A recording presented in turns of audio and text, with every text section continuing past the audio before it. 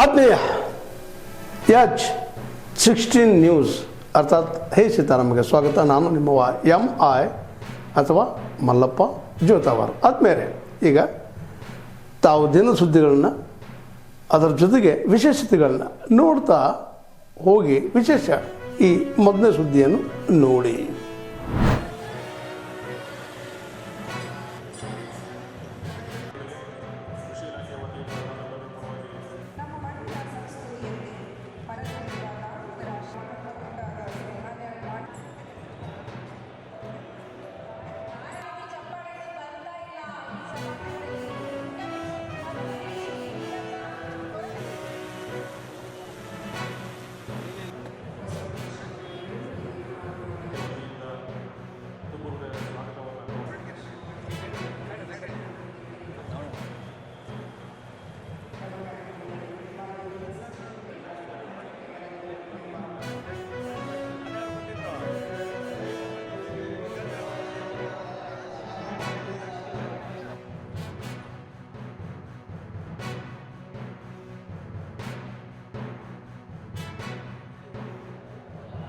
ಅದಾದ ಮೇಲೆ ಆಧುನಿಕವಾಗಿ ಇದು ಪಿಕಪ್ ಆಗ್ಬಿಡ್ತು.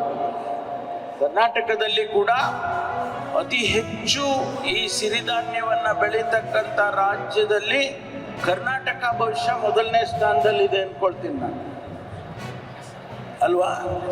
ಇಂಡಿಯಾದಲ್ಲಿ ಪ್ರಪಂಚದ ಯಾವುದೇ ದೇಶಕ್ಕೆ ತಗೊಂಡ್ರೆ ಭಾರತನೇ ಮೊದಲನೇ ಸ್ಥಾನ, ಅದರಲ್ಲಿ ಭಾರತದಲ್ಲಿ ಕರ್ನಾಟಕ ಮೊದಲನೇ ಸ್ಥಾನ, ಅಲ್ವಾ? ಯುನೈಟೆಡ್ ನೇಷನ್ಸ್ ರೆಕಗ್ನೈಸ್ ಮಾಡಿದ್ದಾರೆ ಇದನ್ನು. ಯುನೈಟೆಡ್ ನೇಷನ್ಸು ಕೂಡ 23ರಲ್ಲಿ ಸಿರಿಧಾನ್ಯದ ವರ್ಷ ಅಂತ ಮಾಡಿದ್ರು, ಇಯರ್ ಆಫ್ ಮಿಲೆಟ್ಸ್ ಅಂತ ಹೇಳಿ ಮಾಡಿದ್ರು ಯುನೈಟೆಡ್ ನೇಷನ್ಸ್ನವರು. ಅಂದರೆ ಇದಕ್ಕೆ ಒಂದು ರೆಕಗ್ನಿಷನ್ ಇತ್ತೀಚೆಗೆ ಸಿಕ್ಕಿದೆ ಅನ್ನುವಂಥದ್ದು.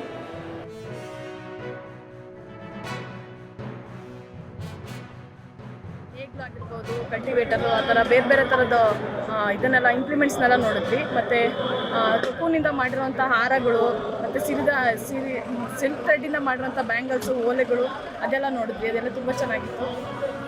ಇಂಥ ಮೇಳಗಳು ಆಯೋಜಿಸ್ಬೇಕಾ? ಹೌದು, ಮೇಳಗಳು ಇನ್ನೂ ಆಯೋಜಿಸ್ತಾ ಇದ್ರೆ ಎಲ್ಲರೂ ರೈತರು ಅಥವಾ ಪಬ್ಲಿಕ್ಸ್ ಜನಗಳು ಎಲ್ಲರೂ ಬಂದು ನೋಡಿ ವೀಕ್ಷಣೆ ಮಾಡಿ ಅವರಿಗೆ ಒಂದು ಉಪಯೋಗ ಆಗುತ್ತೆ.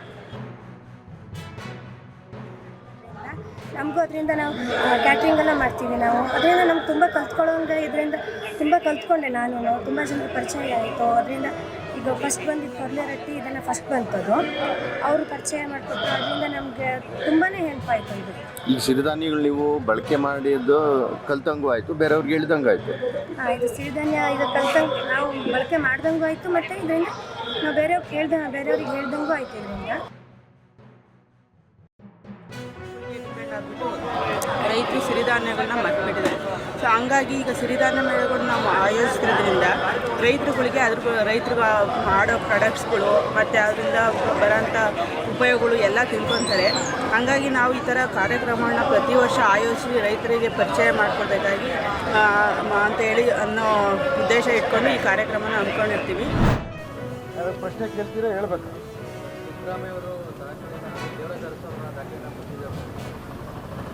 ಇವತ್ತು ಕರ್ನಾಟಕ ಸರ್ಕಾರದಲ್ಲಿ ನಮ್ಮ ಮುಖ್ಯಮಂತ್ರಿಗಳಾದಂಥ ಸಿದ್ದರಾಮಯ್ಯ ಸಾಹೇಬರು ದೀರ್ಘಾವಧಿ ಮುಖ್ಯಮಂತ್ರಿಗಳಾಗಿ ನೆನ್ನೆ ಮುಗಿದಿದೆ. ಭಾಳ ಸಂತೋಷ ಆಯಿತು. ಹಾಗೂ ಅವರೇ ಹೆಚ್ಚಿನ ಆಯವ್ಯಯ ಮಂತ್ರಿಗಳಾಗಿದ್ದುಕೊಂಡು ಇವತ್ತು ವಿಶೇಷವಾಗಿ ಸರ್ಕಾರದ ನಿರ್ವಹಣಾ ವ್ಯವಸ್ಥೆ ಭಾಳ ಅಚ್ಚುಕಟ್ಟಾಗಿ ಮಾಡ್ತಾಯಿದ್ದಾರೆ. ಅವ್ರಿಗೆ ಶುಭವನ್ನು ಕೋರುವಂಥದ್ದು ಇಡೀ ಕರ್ನಾಟಕ ರಾಜ್ಯನೇ ಮಾಡಿರೋಂಥದ್ದು ನಮಗೆಲ್ಲ ಸಂತೋಷ ತಂದಿದೆ ಅಂತ ಹೇಳಬಲ್ಲೆ ನಾನು. ಈ ಸಂದರ್ಭದಲ್ಲಿ 2028ಕ್ಕೂ ಕೂಡ ಅವರು CM ಆಗಲಿ ಅನ್ನೋಂಥ ಹೇಳಿಕೆಗಳು ಕೇಳಿ ಬರ್ತಾ ಇದೆ ಸರ್. ಅದೆಲ್ಲ ಹೈಕಮಾಂಡು ತೆಗೆದುಕೊಳ್ಳೋಂಥ ನಿರ್ಧಾರ. ಇವತ್ತು ನಮ್ಮ ಅಭಿಲಾಷೆಗಳನ್ನು ಹೇಳಿದ್ದೇವೆ. ಸೊ ಹಾಗಾಗಿ ನಾವು ಹೈಕಮಾಂಡಲ್ಲಿ ಏನು ತೀರ್ಮಾನ ತಗೋತೀರೋ ಅದನ್ನು ಶಿರಸಾವಹಿಸಿ ತಲೆಬಾಗಿ ಅವ್ರೇನು ಕೊಡೋಂಥ ವಿಚಾರದಲ್ಲಿ ನಾವು ಕೇಳ್ತೇವೆ, ಪಾಲಿಸ್ತೇವೆ ಅನ್ನೋ ಒಂದು ವಿಚಾರನ ಹೇಳಲಿಕ್ಕೆ ಇಚ್ಛೆಪಡ್ತೇನೆ ನಾನು. ಕಡೆ ಸಿದ್ದರಾಮಯ್ಯ ಇಲ್ಲ ಅಂದರೆ ಕಾಂಗ್ರೆಸ್ ಪಕ್ಷನೇ ಇಲ್ಲ ಅಂತ ಒಂದು ಒಳ್ಳೆ ಅಲ್ಲ, ಈಗ ಡಾಕ್ಟರ್ ರಂಗನಾಥ್ ಇದ್ದರೂ ಕಾಂಗ್ರೆಸ್ ಪಕ್ಷ ಇಲ್ಲ ಅಂತ ಹೇಳ್ಬೋದು. ಸಿದ್ದರಾಮಯ್ಯ ಸಾಹೇಬರು ಟಾಲ್ ಲೀಡರು. ಇವತ್ತಿನ ದಿನ ಕರ್ನಾಟಕ ರಾಜ್ಯಕ್ಕೆ ಬಡಸ್ತನದ ನಿರ್ಮೂಲನೆ ಮಾಡಿದಂಥ ನಾಯಕರಾಗಿದ್ದಾರೆ. ಡಿ ಕೆ ಶಿವಕುಮಾರ್ ಸಾಹೇಬರು ಅಧ್ಯಕ್ಷರಾದ ಮೇಲೆ 140 ಸೀಟನ್ನು ತಂದಿದ್ದಾರೆ. ಎಲ್ಲರ ಅವಶ್ಯಕತೆ ಭಾಳಷ್ಟಿದೆ. ಸಿದ್ದರಾಮಯ್ಯ ಸಾಹೇಬರು ಮತ್ತು ಡಿ ಕೆ ಶಿವಕುಮಾರ್ ಸಾಹೇಬ್ರವರ ಅವಶ್ಯಕತೆ ನಮ್ಮ ಸರ್ಕಾರಕ್ಕೆ ಮತ್ತು ಕಾಂಗ್ರೆಸ್ ಪಕ್ಷಕ್ಕೆ ಇದೆ ಅನ್ನೋದನ್ನು ಹೇಳಬಲ್ಲೆ ನಾನು. ಅಫ್ಕೋರ್ಸ್ ಎಲ್ಲರೂ ಸೇರಿ ಎಲೆಕ್ಷನ್ ಮಾಡ್ತಾರೆ. ಡಿ ಕೆ ಶಿವಕುಮಾರ್ ಸಾಹೇಬರು ಮುಂದಿನ 28ಕ್ಕೆ ಮತ್ತೊಮ್ಮೆ ಕಾಂಗ್ರೆಸ್ ಸರ್ಕಾರವನ್ನು ತರ್ತಾರೆ ಅಂತ ಹೇಳಬಲ್ಲೆ ನಾನು. ಮಹಿಳೆಯನ್ನು ಬೆತ್ತಲೆ ಮಾಡಿ ಪೊಲೀಸರೇ ಹೊಡೆದಿದ್ದಾರೆ, ಲೇಡಿ ಪೊಲೀಸರೇ, ಬಿಜೆಪಿ ಕಾರ್ಯಕರ್ತರು. ಆ ಥರದ್ದೆಲ್ಲ ಅತಾಚುರಿಗಳು ಆಗ್ದಂಗೆ ನೋಡ್ಕೋಬೇಕಾದಂಥದ್ದು ನಮ್ಮ ಸರ್ಕಾರ ಮಾಡ್ತಾ ಇದೆ. ಈ ವಿಚಾರದಲ್ಲಿ ಶೀಘ್ರವಾದಂಥ ಕ್ರಮವನ್ನು ಜರುಗಿಸಿ ತನಿಖೆ ಮಾಡಿ ಯಾರು ತಪ್ಪು ಅನ್ನೋದನ್ನು ನಿರ್ಧಾರ ಮಾಡಿ ಅದನ್ನು ಸೂಕ್ತವಾದಂಥ ಕ್ರಮ ಜರುಗಿಸ್ತಾರೆ ಅಂತ ಹೇಳಬಲ್ಲೆ ನಾನು. ಎಲ್ಲರಿಗೂ ನಮಸ್ಕಾರ. ಭಾನುವಳ್ಳಿಯ ಭವಾನಿ ಲಿಕ್ಕರ್ ಶಾಪು, ಭಾನುವಳ್ಳಿಯ ಈ ಬಾರಿಂದ ಸ್ವಲ್ಪ ದೂರದಲ್ಲಿ ಹೈಸ್ಕೂಲು ಮತ್ತು ಪದವಿ ಪೂರ್ವ ಕಾಲೇಜು ಕೂಡ ಇದ್ದು, ಈ ಮುಖ್ಯ ರಸ್ತೆಯಲ್ಲಿ ಮಹಿಳೆಯರು, ಸಾರ್ವಜನಿಕರು, ವಿದ್ಯಾರ್ಥಿಗಳು ಕೂಡ ಅಡ್ಡಾಡುತ್ತಿದ್ದು ಮತ್ತು ಈ ಬಾರಿಂದ ಅಕ್ಕಪಕ್ಕದ ಮನೆಯವರಿಗೆ ತುಂಬಾ ತೊಂದರೆ ಉಂಟಾಗುತ್ತದೆ. ಇದರ ಬಗ್ಗೆ ಭಾನುವಳ್ಳಿಯ ಗ್ರಾಮ ಪಂಚಾಯಿತಿಗೆ ನಾವು ಅರ್ಜಿ ಕೂಡ ನೀಡಿದ್ವಿ. ಭಾನುವಳ್ಳಿಯ ಗ್ರಾಮ ಪಂಚಾಯಿತಿಯ ಸಭೆಯಲ್ಲಿ ಗ್ರಾಮ ಪಂಚಾಯತ್ ಎಲ್ಲ ಸದಸ್ಯರು ಕೂಡ ಸಹಿ ಹಾಕಿ ರೆಗ್ಯುಲೇಷನ್ ಕೂಡ ಪಾಸ್ ಮಾಡಿದ್ದಾರೆ.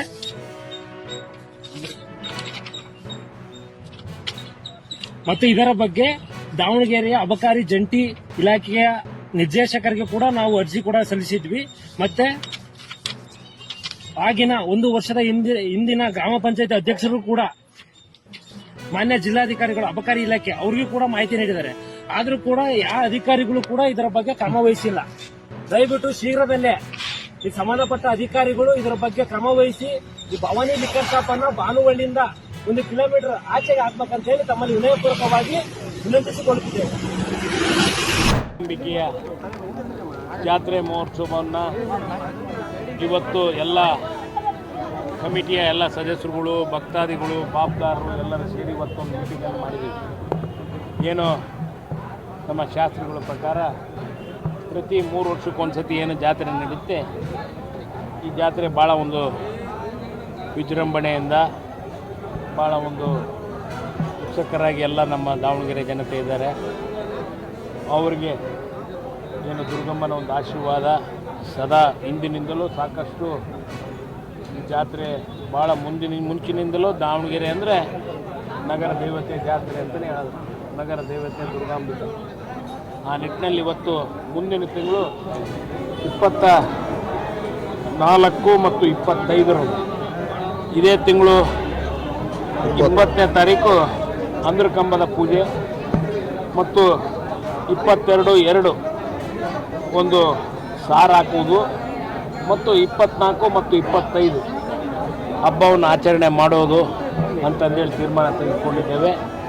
ಅದಕ್ಕೆ ನಮ್ಮ ಎಲ್ಲ ಭಕ್ತಾದಿಗಳು, ಎಲ್ಲ ಕಮಿಟಿ ಎಲ್ಲ ಸದಸ್ಯರುಗಳು ಎಲ್ಲರೂ ಒಕ್ಕೂರಿನಿಂದ ಈ ಒಂದು ದಿನಾಂಕವನ್ನು ನಿಗದಿಪಡಿಸಿದ್ದಾರೆ. ಅದನ್ನು ಶಾಂತ ರೀತಿಯಿಂದ ದಾವಣಗೆರೆ ಜಿಲ್ಲಾ ಆಡಳಿತದವರು ಮತ್ತು ಎಲ್ಲರೂ ಸೇರಿ ಭಾಳ ಉತ್ಸುಕರಾಗಿ ಶಾಂತ ರೀತಿಯಿಂದ ಈ ಒಂದು ಹಬ್ಬವನ್ನು ಆಚರಣೆ ಮಾಡೋಣ ಅಂತ ಈ ಸಮಯದಲ್ಲಿ ತಾವೆಲ್ಲ ಇಲ್ಲಿವರೆಗೆ ಸುದ್ದಿಗಳನ್ನು ನೋಡಿದಿರಿ, ಜೊತೆಗೆ ವಿಶೇಷ ಘಟನೆಗಳನ್ನು ಸಹ ನೋಡಿದಿರಿ. ಅದು ನಿಮಗೇನು ಅನ್ನಿಸ್ತು? ನಿಮಗೆ ಲೈಕ್ ಮಾಡಿರಿ, ಶೇರ್ ಮಾಡಿರಿ, ಕಾಮೆಂಟ್ ಮಾಡಿರಿ, ಜೊತೆಗೆ ಸಬ್ಸ್ಕ್ರೈಬ್ ನಿಲ್ಲಿಸ್ಬೇಡ್ರಿ. H16 ನ್ಯೂಸ್ ಅರ್ಥಾತ್ ಸಿದ್ದರಾಮಯ್ಯ ಸತ್ಯದ ಕೈಗನ್ನಡಿ ವಂದನೆಗಳು.